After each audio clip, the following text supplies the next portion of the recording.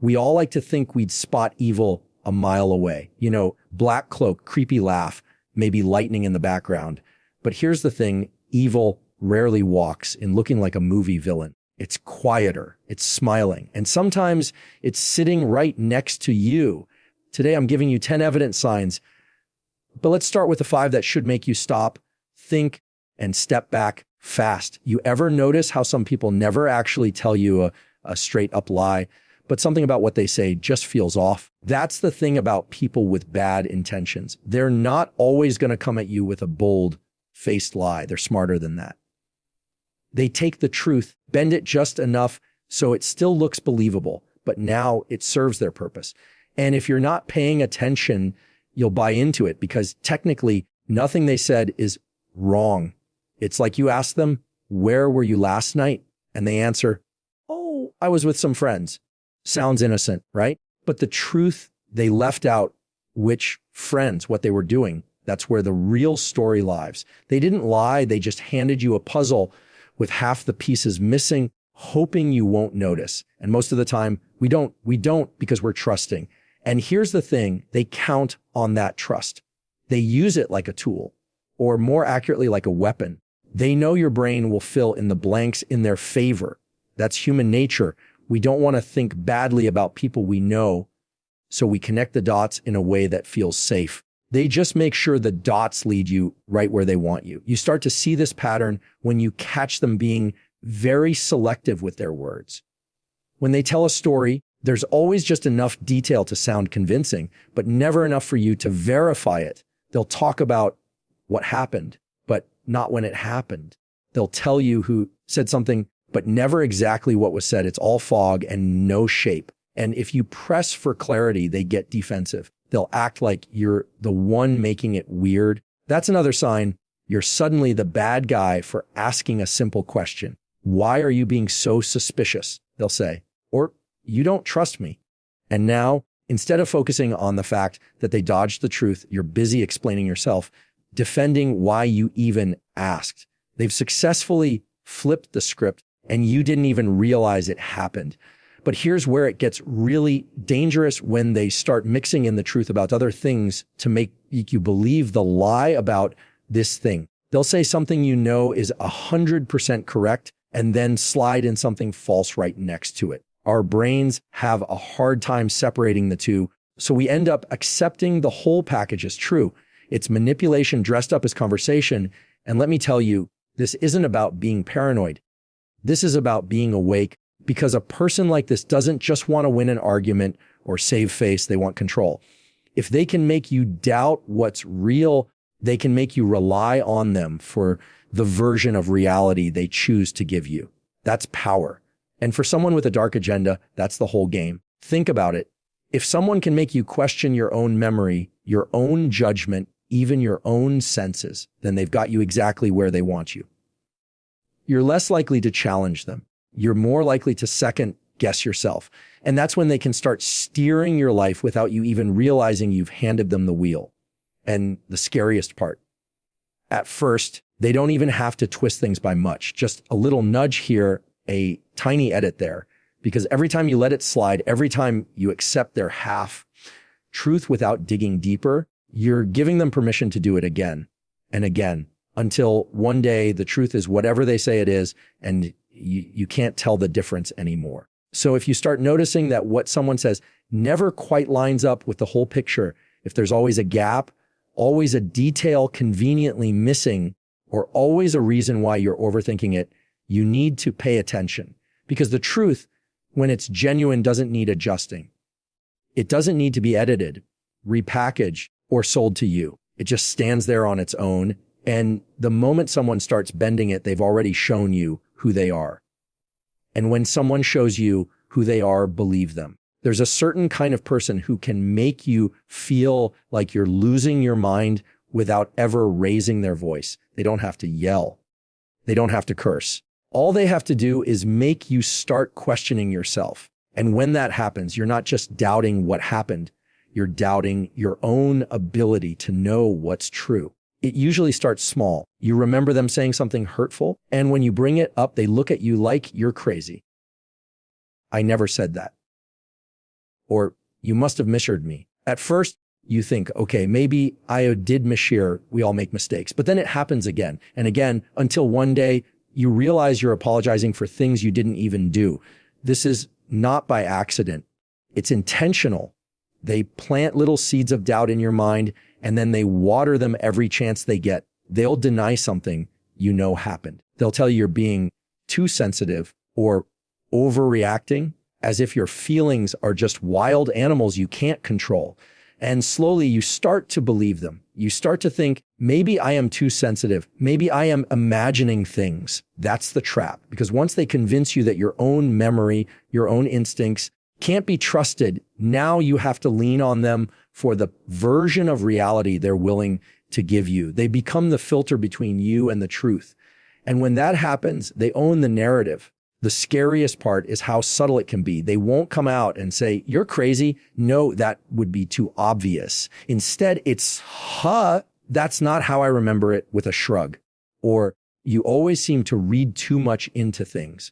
On the surface, it doesn't sound like much, but over time, those little jabs build up like layers of dust until you're buried under them and you can't even see the original version of events anymore. It's like someone constantly moving the furniture in your mind. You walk into the room and something's just a little bit off.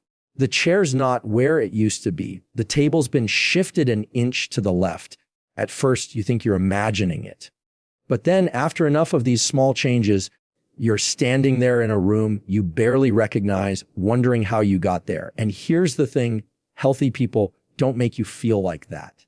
A healthy person will hear you out. Even if they disagree, they'll acknowledge your perspective. They won't make you feel like you've lost touch with reality just for having an opinion, but someone with a darker agenda. They'll make you doubt not only what you saw, but who you are. They might even turn it into a performance. You bring up something they said, and they act shocked, offended, maybe even a little hurt. Wow, I can't believe you think I'd say something like that. Now you're the one feeling guilty. You end up apologizing for confronting them and the original issue. It never gets addressed. That's not resolution. That's manipulation. Over time, this kind of behavior eats away at you. You stop speaking up when something bothers you because you already know how it's going to play out. You'll be told you're wrong, you're mistaken, you're overreacting. So you start keeping things to yourself. And that's exactly what they want, silence. Because silence gives them free rein to keep doing what they've been doing. The truth is, the more you doubt yourself, the more they can control you. And that's the end game for them. Not just to win arguments, not just to avoid blame, but to keep you in a state where you're too unsure of yourself to challenge them. Because a person who doesn't trust their own judgment won't stand up for themselves. So if you start noticing a pattern where you walk away from conversations feeling confused, where you find yourself questioning things you were certain about 5 minutes ago, you need to stop and pay attention. That confusion you feel, that's not weakness. That's a warning. And when someone keeps making you question your own reality, the reality is they're not someone you can trust. Some people are generous because it's who they are. They give without keeping score, without expecting anything in return. But then there's the other kind, the ones who make kindness feel like a loan you didn't ask for. And the bill, it always comes due. They'll offer to help you move, lend you money, drive you to the airport at 5 a.m. And at first you think, wow, that's so nice of them. But what you don't see right away is the invisible contract they just slid across the table. Because in their mind, every favor is an investment. And one day you're going to pay it back, not with money, but with compliance. It doesn't even have to be a big ask. It might start small. Hey, remember when I helped you with that project? I need you to do this thing for me. That's not unusual between friends, but with them, it doesn't stop. Suddenly, you're rearranging your schedule, making decisions you don't want to make because you feel like you owe them. And if you hesitate, if you say no, they'll remind you, not always directly, but in those little guilt-laced comments. I mean, I was there for you when you needed me, but it's fine. I get it. You're busy. Now you're not just saying no to a favor. You're saying no to their generosity, their sacrifice, their image of being the good one. And that's not a comfortable place to stand, is it? That's the hook. They use kindness to put you in their debt. because debt changes the dynamic. Suddenly, they're in the position of power, and you're the one keeping track, not of what they've done, but of how you'll make it right. The relationship stops being about connection and starts being about balance sheets. Here's the difference between genuine kindness and this kind of manipulation. Real kindness disappears once it's given. It doesn't hang over you like a cloud. It doesn't pop back up 3 months later in an argument. But when kindness has strings attached, those strings are designed to pull you where they want you to go. It's also worth noticing how selective their generosity is. They're not helping everyone. They're helping you or a certain few people in ways that can be cashed in later. That's why they don't mind going out of their way. It's not wasted effort if they see it as an investment. And the more you accept, the tighter the net becomes. Over time, you might start feeling this unspoken obligation to say yes to them. They need a ride. You cancel your plans. They want you to back them up in a disagreement. You do it even if you don't agree, because saying no feels like betrayal, and they make sure it feels that way. That's the genius and the cruelty of it. They're not forcing you, not technically. They're just making the alternative so uncomfortable that compliance feels like the only option. Sometimes they'll even frame their kindness as proof of the bond between you. Of course, I helped you. That's what friends do. And at face value, that sounds warm. But when the time comes for them to collect, that same line gets flipped. After everything I've done for you, this is how you treat me. Now it's not just about the favor. Now it's about your loyalty, your character, your worth as a person. And if you start to pull away, you might notice something. They stop being generous. In fact, they might even withhold things you used to count on. That's because the kindness was never about helping you. It was about controlling you. Once it stops serving that purpose, it disappears. This is why it's so important to watch the patterns, not just the moments. Anyone can be kind in the moment, but genuine kindness doesn't keep a scoreboard. It doesn't become a bargaining chip in some unspoken game. The moment it starts to feel like you're paying interest on someone's generosity, you're not in a healthy dynamic anymore, because real kindness frees you. Fake kindness owns you. And if someone's kindness comes with strings attached, those strings are just chains in disguise. Some people have an incredible talent for avoiding responsibility. No matter what happens, no matter how clear it is that they messed up, somehow the blame always ends up on someone else's shoulders, often yours, and the way they pull it off. It's not always loud or dramatic. Sometimes it's so smooth you don't even realize they've handed you the weight until you're the one carrying it. You call them out on something. Maybe they said something hurtful. Maybe they dropped the ball on a promise. And instead of owning it, they pivot. Well, if you hadn't reacted like that, I wouldn't have said what I said. Or I was only late because you didn't give me enough notice. It's never, I'm sorry, I was wrong. It's always, you did this, so I had no choice. That's the thing. An apology is simple when it's honest. You just admit you messed up, say you're sorry, and change the behavior. But people like this treat an apology like it's a confession in court. If they admit fault, even for a second, it threatens their control. So instead, they redirect the heat away from themselves and onto you. And they're clever about it. Sometimes they'll make it sound like they're being reasonable. I mean, I could have handled it better, but you have to admit you were being difficult. That little phrase, you have to admit, is a setup. Because now you're not talking about their mistake anymore. Now you're defending your own behavior. They've successfully changed the subject without you even realizing it. Over time, this constant redirecting starts to wear you down. You might even start thinking, maybe I really am the problem. And once that thought takes root, they don't have to work as hard to dodge accountability. You'll start handing it to them yourself. You'll apologize first. You'll take the blame before the conversation even gets there, just to avoid the exhausting mental gymnastics they put you through every time you bring something up. They'll also use timing to their advantage. If you try to talk about something that happened, they might bring up something you did weeks or months ago, completely unrelated, just to level the playing field. Suddenly, it's not about the present issue. It's about all the ways you've supposedly messed up too. It's a form of scoreboard keeping, and it's designed to make sure they never have to stand alone in the wrong. The problem is when someone never apologizes, they never change. Why would they? In their mind, they've never done anything wrong. And when you're in a relationship, personal, professional, or otherwise, with someone like that, you end up doing all the emotional heavy lifting. You're the one fixing problems. You're the one smoothing things over. And they're the one benefiting from your willingness to make peace at any cost. You can tell you're dealing with this kind of person when you leave conversations feeling frustrated, but also guilty, even though you were the one who brought up the issue in the first place. That's not normal. Healthy conflict leaves you feeling heard, even if it's uncomfortable. This leaves you feeling like you lost a game you didn't know you were playing.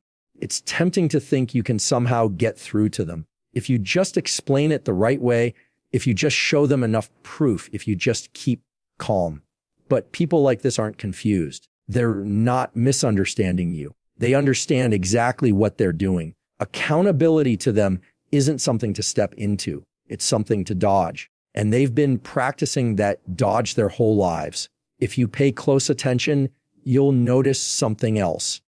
They don't have a problem pointing out other people's faults. They can spot someone else's mistake from a mile away. But when the mirrors turn toward them, suddenly it's foggy, cracked, or somehow your fault, the mirror exists at all. And that's the truth about people who never apologize and always redirect. They're not trying to solve the problem. They're trying to survive it by making sure it lands on anyone but them. When someone refuses to take responsibility for their actions, what they're really telling you is that they have no intention of changing. You can learn a lot about someone by watching how they respond when things go wrong for somebody else. Most people, even if they don't know the person that well, will feel some level of empathy. They'll wince when someone stumbles. They'll show concern when someone loses something important. It's just human nature to care. But there are people who don't feel that. In fact, they feel the opposite. They get something out of watching someone else hurt. It's not always obvious. They might not stand there with a big grin while someone's life falls apart. Sometimes it's more subtle. It's the extra beat they take before saying something supportive. It's the way they ask a question that sounds concerned, but is really just fishing for more details so they can savor the drama. Or it's that slight smirk you catch when they think no one's looking. For them, someone else's pain isn't something to avoid. It's entertainment. It's validation. It's a way to feel more powerful without having to lift a finger. If you're down, they're up. If you're struggling, they're steady. And that imbalance makes them feel in control. Sometimes they'll even disguise it as just joking. You tell them about something that upset you, and instead of empathy, you get a sarcastic comment, a little dig, or a laugh that lingers too long. And if you call them out, they flip it on you. Relax. I was just kidding. But jokes about your pain aren't jokes. They're little windows into what they really think and how they really feel.